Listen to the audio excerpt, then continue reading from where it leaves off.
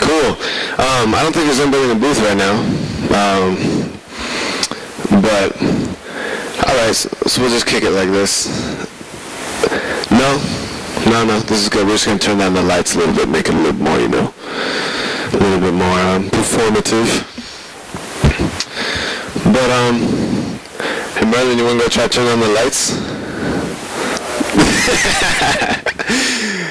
Alright, that's cool. We'll keep it like this. That's fine.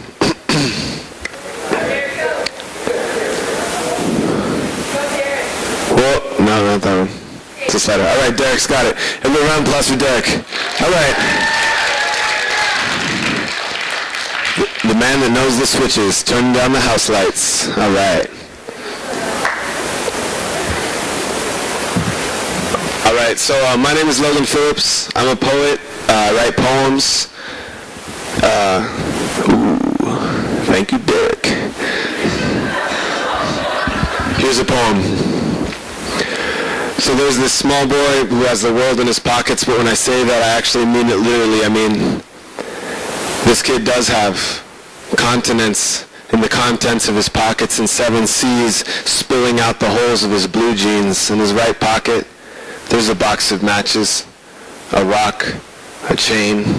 In his left pocket, there's 2 rubber bands, another rock, a penny.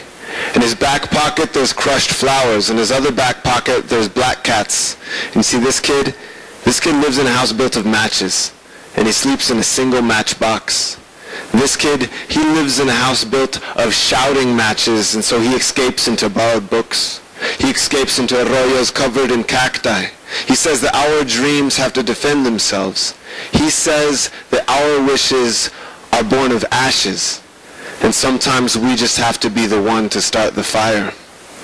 There is a boy with the world in his pockets, and this kid, he has windows for eye sockets. He collects thick purple glass from the desert, and he thinks about melting it down to make his mother a gown that she could put on to meet the dawn and let the sun notice her bright.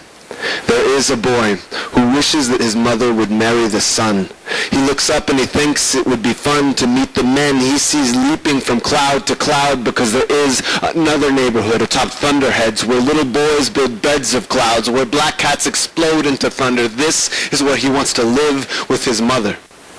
He wishes the sun was his father, whose love turns his skin tan, instead of the father he does have, who turns his skin blue and black and spots and stitches. Right pocket, 2 dreams meeting each other for the first time. A rock, a wire. Left pocket, a pencil, a pad, 15 excuses and not one dad. Back pocket balloons, back pocket black cats. Sometimes life is like that, blue and black when it should be brown. Sometimes life is like that, 15 flowers and a new sometimes life is like that, a father with a mouthful of fists. There is a boy who has the world in his pockets, and this kid has combustible dreams. He says that wishes are born of ashes, a boy with matches in his pockets whose dreams have to defend themselves to become true. This kid's skin is blue. This feeling is nothing new. His house is filled with swollen memories and black eyes. His house is a tinderbox that his tender skin hates. Right pocket, feathers and hope. Left pocket, rocks and sky. Back pocket, purple glass. Back pocket, firecrackers. There is a boy who has the world in his heart and matches in his hands. He kneels towards the house of his father, and he watches flames fill the walls. He watches flames combust his past. His dreams have to defend themselves. His wishes are born from the ashes of his father's house, and it is this boy who has to be the one to start the fire.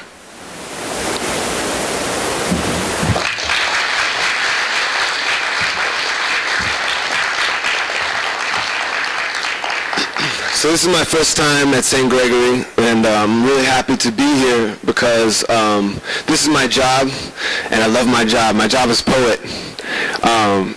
And my job, part of being a poet is not just writing poems and reading poems and publishing books and things like that, but it's also to teach, and I love to teach, and so we're going to be doing a little bit of that today. And I love to work I love to come to schools like St. Gregory's, and I'm excited especially to come to St. Gregory's because I've been living in Tucson and I haven't even been here yet, and to me that's not acceptable, so I'm happy that I'm here.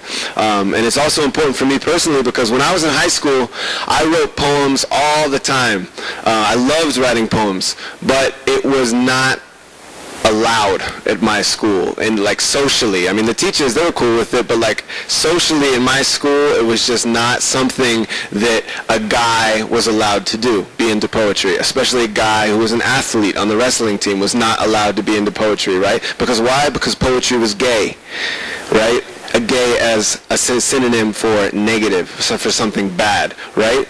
And I didn't even, and so I felt like I was not even allowed to express myself in my school in that way.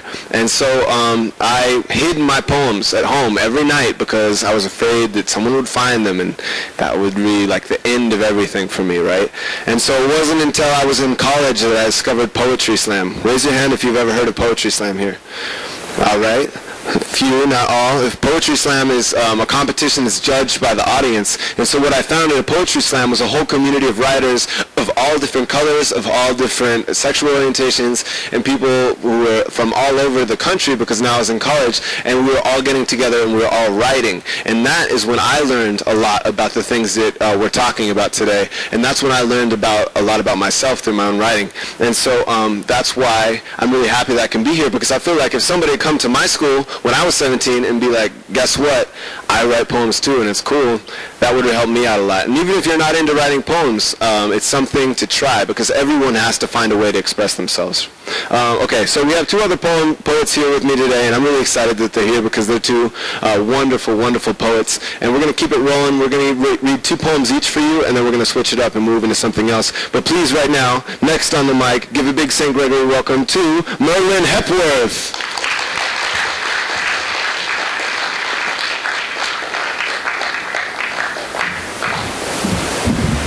Yeah,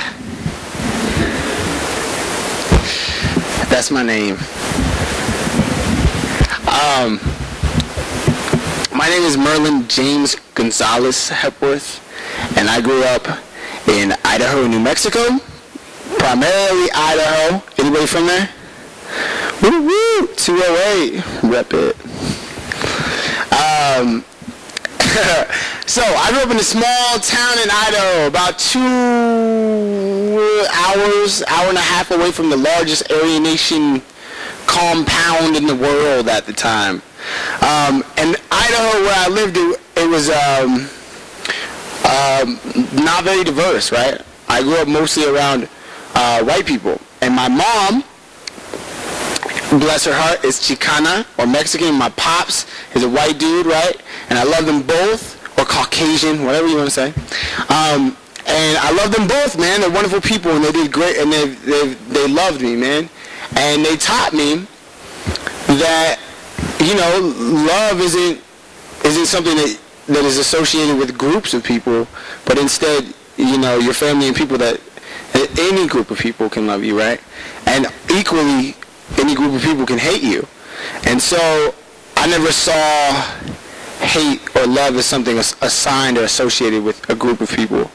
And though because when I went to New Mexico, I was the white kid, right? Or my cousins. And when I was in Idaho, I was like the darkest thing in the world. You know, I'd walk into the convenience store and be like, I know he's gonna steal something, right? You know, so, and like, straight up, man, that's really what happened. I was like the Wesley Snipes of my town, you know, like I was the darkest thing ever. And it's funny because I come down here and people are like, I don't know, is he's Puerto Rican, Jewish, Arab, Pakistani or something? Like, you know what I'm saying? People like, or like, no, I think he's just white. He's just Italian or something. You know, like, and people don't get it. And that's okay with me. I'm good with being undercover or whatever. But I understand, like, you know, who I am. And I do love people. And I'm really inspired to see you guys here and inspired to know that your school is doing this, because this is important, man. This is so, so important. And I know that, like, when you grow up and if race isn't something that you have to deal with right away, it becomes this kind of funny way of being like, oh, you're different. You know what I'm saying? And assigning, like, you know, not difference with worse, as the guest speaker said before. So this is my poem about my experience going back and forth. between Idaho and New Mexico and those landscapes. And so, yeah.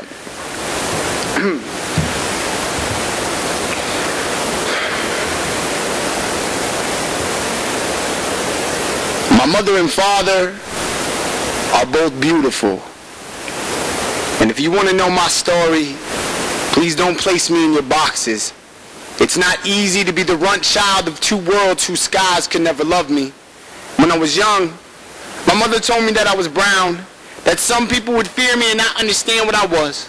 She did not tell me about the crooked tree branches or the empty bottles of vodka, but that day, I believe she saw them somewhere in my eyes scattered across this road I would inevitably travel in New Mexico. My fingers spent summer mornings scaling rosary beads, thanking God for my family. In Idaho, my father taught me how to worship the forest. His fly rod knew how to coax out purpose with each bend, placing insect imitations above fish's noses. He told me the river was deep and that I needed to learn how to wade carefully. Some would come to call him Gringo. I just called him Dad. I remember on fishing trips when we traveled through backwoods towns where white men there who knew more of fear than they did of love used to gag at the sight of my father's pale hand interlocked with these brown knuckles that then did not know the taste of teeth. My mother told me they would fear me, but I was the one trembling when my distant cousins collected crooked tree branches, beat me outside of a wedding reception in New Mexico because they thought me different. While swinging sticks formed red canyons across my flesh, I thought of my father's fly rod. Wished I could have held his pale hand through the entire beating. On the ride home from New Mexico to Idaho, I wondered if this is what the Middle Passage felt like at age 9. I understood that bleeding was a cathedral I visit often. My fists tasted teeth for the first time in an Idaho parking lot. He told me my name was Spick and that he was going to kill me. I believed him. While he was slamming my head against the asphalt just before I lost consciousness, I thought of my mother, wondered how I'd protect her eyes from the bruises I now carried. In high school, I used to believe that the sun hated me while my closest friends found ways to tease me for the melanin that refused to vanish from my skin. Jokes hurt more than fists. When the ball fell across the fence, I started climbing. My PE teacher yelled out, "Oh yeah, Merlin, he's good at jumping fences." Everyone laughed. Mexican was always a dirty word to me. I changed brands so frequently, but you cannot wash away pain when it bears the name epidermis, and I am this runt child, the one New Mexico left in a dumpster because my tongue could not bend properly, the runt child Idaho built into a prison so I could learn how to hate the walls and fences of this body. I told my parents nothing. Held it all inside, sewed my mouth shut with clandestine middle fingers, and missed curfews. Told myself this pain was not real. Let it sit inside my chest like a time bomb, waiting for it to explode while I shoved my spirit into empty bottles of vodka. I used to stare in the mirror and tell myself I don't believe in ghosts. I've walked a long ways by now, using crooked tree branches for balance and ballpoint pens that help nurses paint away so I will not spill ink in the boxes that represent make-believe words like Hispanic or Caucasian. I will not choose one parent over the other. I love them both. I spent years digging shards of broken mirrors out of my skin, trying to put pieces back together so I can find the strength and courage to say that my mother and my father are both beautiful, and so am I.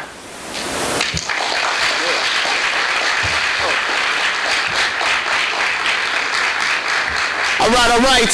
Thank you. Oh, I don't know if this is mine, but I was going to drink it. Next on the microphone, this young woman has been an amazing mentor to me, and also, like, I'm always increasingly impressed with what a great writer she is and just an overall amazing person. So I'm super excited that you've already seen Logan, he's awesome, right? And then Renee is going to come up, and I'm excited. It's a little different step, but like, yeah, she's going to read you an essay that's really worth your while. So pay attention to that. And please, as much love and as much noise as you can make for my friend, your friend, our friend. Give it up for Renee Sims. Y'all make some noise. There you go. That's good. I heard a woo. Yeah, that's nice. are you guys doing? Good. All right, I'm going to kind of change the mood a little bit. I'm going to read two pieces. One thing that really struck me when Rodney was speaking to us was that last example of bigotry that he described, where he got that letter in the mail. You guys remember that? Yeah, and the drawing and the noose. And you guys know about lynching, right? How many people know that history, right? Well, my father, who is probably the age of most of your grandfathers or great-grandfathers, he grew up in Georgia at a time when they were lynching. And he's never spoken about it. We've never had a conversation about it. Anything I've learned about the trauma that my father experienced from growing up in the South during that time, I've gotten from my mother. And she told me that my father had to leave because he was going to have a mental breakdown if he stayed, because things were just that intense. So he moved north to Detroit, and that's where I grew up. And then I ended up on the West Coast later and came to Arizona in 2002. And as I write about my family and my experiences, this secret about growing up during Jim Crow and the violence that happened with my dad is something that keeps coming up. So I've become obsessed with trees, right? But I'm not writing like your nice tree poems. I'm writing poems where the trees are kind of sinister. So these are two of them. This is my father's confessional poem. And one little footnote. Asafoetida is an herb that they used to use a long time ago, and it smells like you know what. Okay, but they used to put it in like charms and wear it around your neck to ward off evil spirits. All right, my father's confessional poem. Water was always cold when I got in the zinc tub. Me, the seventh one in to soak in lily pads of dirt. My sisters stealing looks, and when I would climb out, Ruby hanging asafoetida round my neck. It smelled. It smelled like that man they strung in the tree, fat and baffled by Georgia's sun when we found him. Bloom. One of my students, the prickly one who wears her tough luck in each piercing and pound of flesh on her body, the one who wrote an essay about her mother's attempts to kill her, explains in an email why she had to drop my class. Too much drama right now. Life sucks. At least mine always has, she writes. It's April, and the trees grow eyes triggered by an invisible clock. I pass a budding oak, its arms reached out in mock greeting. Just months ago, leaves undid their hitch and joined the flight from nest and bark. They fell without grudge toward inevitable worms. For them, it's simple. You sprout, fall to earth, then return. I'm thinking I should practice being leaf-like, just let go and fall with no eyes, no arms, just memory. Learn to flutter into the void without fear. But the problem always is memory. It leans in, whispering like a drunk uncle. Don't you remember the last time you were here? It asks. Can't you smell it? That smell is you, fragrant in death, hanging from this very oak tree. When I hear that voice, there's no stopping what comes next. Every branch blooms, bodies and blood and tongues disgorged from mouths. I go inside, retreat to the internet, where it's safe. Dear former student, I write back, you are right. Living, cliche intended, is for the bleeping birds. Hours later, after wine, I'll add this postscript. Perhaps the point of life is to revisit old sites of loss, to blossom over the graves when we return. Thank you.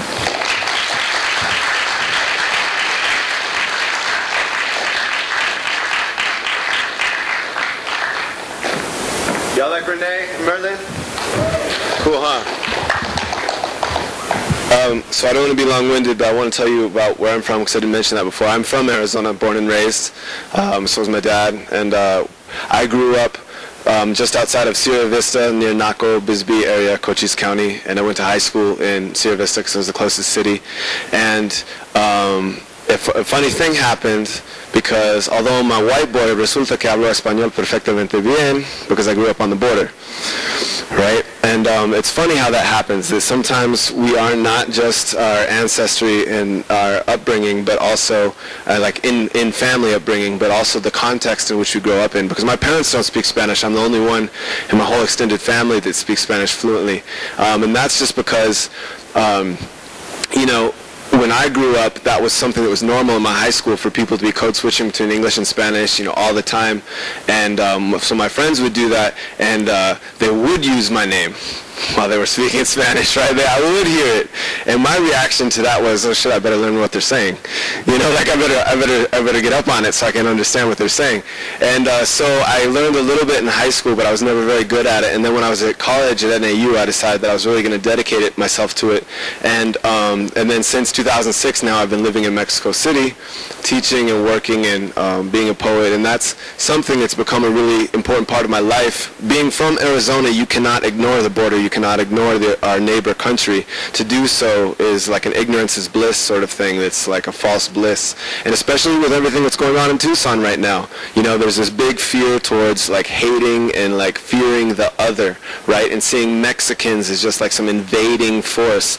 Like, there's a lot of history in this place that is worth learning, right? And these relations go a long way back. And that's just things I've learned myself since going down this path. But basically, when I went to I lived in Cuernavaca, but when I went to Querétaro to study, I came back. That was my first time living in central Mexico, and I came back to Arizona, and my friends and my family were like, so what's Mexico like? And so I wrote this poem. It's called 12 Things You Need to Know About Mexico. But the first thing is not a thing or a place. He's a man more than a noun, and the man's name is Memo. Two more things you need to know. Memo's 1983 full-size van and how this man lives on butterflies. Number 4. The most graceful way to cross the border is not to jump the border. Para cruzar la línea con gracia, solo hay que volar. The most graciest way of all is just to flutter, fly over on golden wings. Number 5. Every year, tens of thousands of monarch butterflies migrate from Canada to Mexico. 2,500 miles by golden flutter, fly, fall, mariposa, monarca, thousands. The sky is blue and their wind is golden. Also part of number 5 is where these flutterflies arrive in the mountains of Michoacan, which is where Memo lives, and Memo lives on butterflies. No, he does not actually eat the butterflies. He's much too clever for that.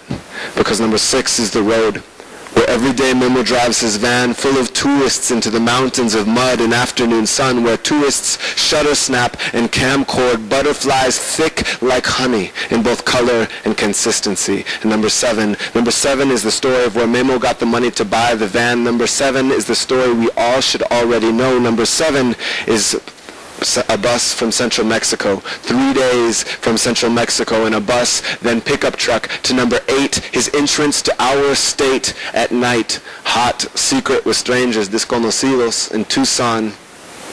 Memo got a job resurfacing freeways.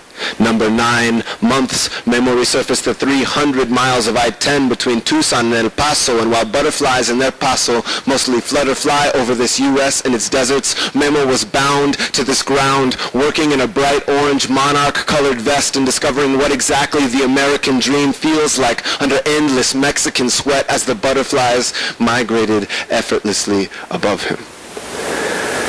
Now, this is Memo's story, but the 10th thing that you need to know about Mexico is that you and I are also part of Memo's story. See, the top 3 moneymakers of the Mexican economy are oil, money sent back from immigrantes like Memo, and tourism. So that makes number 11, you, and you, who gave Memo the money to buy the van, and you and me who went to go see butterflies, golden, flutter, fly, fall, mariposa, monarca. But the one thing you already know about Mexico is that people live there, right? People just trying to live, just like you, just like me, just like Memo. And if you do not believe we are connected, you got another thing coming like gold and flutter, fly, fall, mariposa, monarca, thousands. The sky is blue and you are gold and flutter, fly, fall, mariposa, monarca, thousands. The sky is blue and Memo is gold and flutter, fly, fall, mariposa, monarca, thousands. The sky is azul and on both sides we are golden.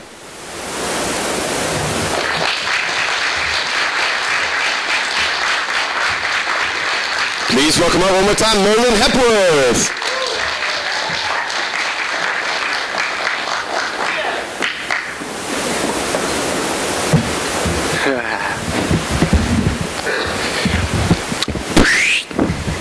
Cuckoo.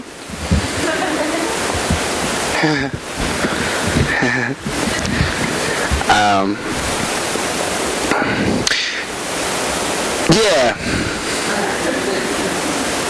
I'm gonna do something different. I was gonna do some like, whatever. You guys, listen, I teach in schools in different places, all kinds of different kids. And everywhere there's like a social order, you know? And high school, man, is cruel. It's cruel. And, you know, everybody, it's like, it's survival of the fittest in between those halls, man. And so, like, I feel for you guys, and I hope that you can really take care of each other and, you know, develop good social habits. Because in the real world, if you're a jerk, like, you get passed off. Like, I mean, you might have, like, the people you try to control, but if you're not good to people, people aren't attracted to you and they don't want to be around you. So, but at the same time, it's really hard to be yourself. So this poem is just weird, okay? I know, do you like this, man? I know, see, that's one thing. I know I like to do weird things. I know that when I ride the light rail, I like to listen to my iPod. And when I listen to my iPod, I feel like I'm at the actual concert. Lights running past my face like sprinting angels. Music blasting my soul, rocking, vibing, I'm free. And I know people are watching me. And I know what they think. Oh, Lord Jesus, just another one of those druggy kids. And I admit it. I'm hooked. I'm hooked on love. I'm hooked on expression, son. I make up voices in my head and sometimes I say them out loud. They say really random things like, I am the master of your destiny. They speak interesting languages like, I never understand what they're saying. Sometimes they're like real people. Well, my name's Ethel and I was born up there by the creek, and when I was just a little bitty girl I used to love making sandwiches out of taters. I can never remember the names I give these people, and the fact that they aren't actually real people. I spend hours trying to move the channel changer with my mind. Once I flew in a dream that I had. And to me that counts as something amazing, because I believe on my very best days I can actually fly. I swear it's possible. Because I dream, and I want to believe in magic so bad that I make believe, and I make believe, and I make up songs in strange places. Happy, happy times at the museum. Looking at a bunch of old stuff. They come from my soul, they do, and I know I'm 23, and I know most women don't find this sexy. Most people just think it's lame, or immature, or stupid, or crazy. And maybe I'm loco. Super loco, wey, como el cucuy loco. Maybe I'm crazy. Maybe I'm a little abnormal, but then again I'm like, what's normal? I feel like normal is boring. I feel like normal doesn't love right. I feel like normal spits on the new kid's oversized coat. I feel like normal is a 60% divorce rate that watches reality television and doesn't brush its teeth. I feel like normal forgot how to pretend all those years ago when it left the sandbox and has been sad ever since. Maybe I'm wrong. But reality just isn't a fight that's worth fighting every second of the day, so I make things up.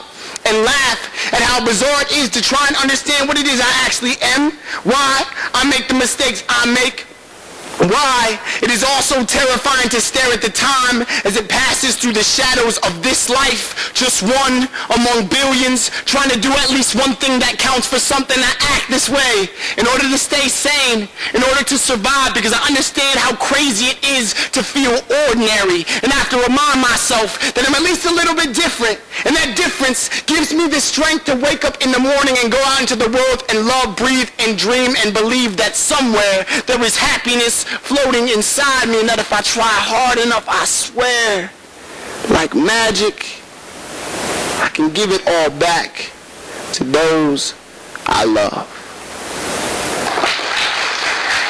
All right, keep that round of applause going one more time for Renee Sims. Y'all give it up for Renee.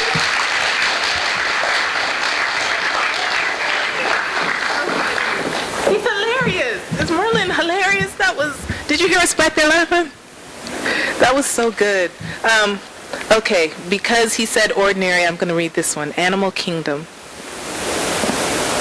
Because I'm ordinary, I'll die in my own bed with the television on. The dog barking at my corpse because I won't get up to feed him. What is it with this dog anyway? He acts like an ex-husband from some former life, refusing to let anyone get close to me, sniffing me in the middle of the night just because he has a nose. Not that he wants anything in the middle of the night. He was supposed to be for the kids, but here I am, walking him, watching him pee against the tree, smelling his farts when he overeats. I don't want to be partnered with an aging chihuahua. Don't want his breathy smiles when I return home from work, his spinning in circles over the sight of me. Let's face it, it's weird to be loved this much by an animal. That cat lady in Silver Lake, who had strays on her front porch, her roof, and all over her weedy, fenced-in lawn, had come unhinged in some way. We all sensed that. Us poets who passed her house each Saturday in L.A., the gauzy sunshine poaching us as we made our way into workshop classes that we took in a tidy building across the street. We were artists. We would never wear cat fur on our clothes, as if the creature world was the civilized one and not our universe of ideas. When did I cross the line and begin to trade in the very basics, like food, crap, and loyalty? And how do I turn this animal kingdom into art?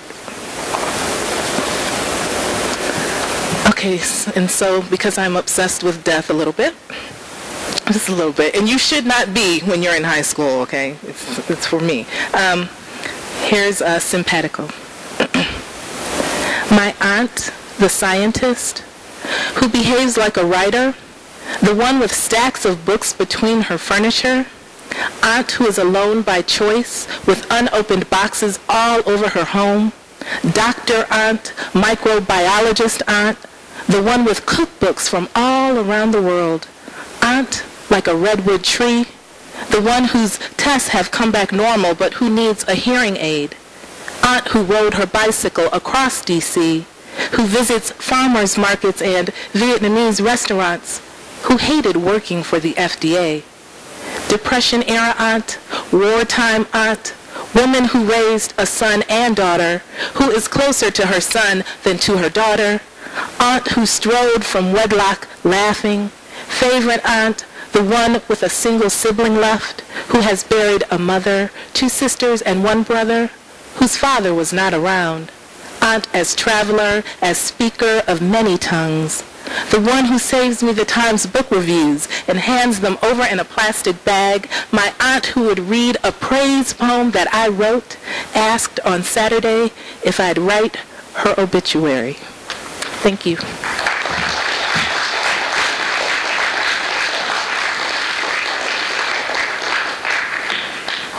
Okay, so if we could bring the house lights up, please. Hey, there they are. Rubbing the sleep out of their eyes. Hope you were awake. So we're going to switch it up a little bit, because for us, poetry is not about just us being up here speaking at you the entire time. It's about dialogue and sharing with each other, right? And it's about giving you a chance to write a little bit too.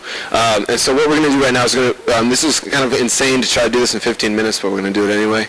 And so real quick, we need to break into 3 groups, and I don't want to just break it off by who you're sitting next to, because probably that's your friends. I wanted to mix it up a little bit. So we're going to do that thing where we number off, but I want to see if we can do it really quick. The last group did it like lightning fast. I want to see if we can do that here. So we're going to start with 1.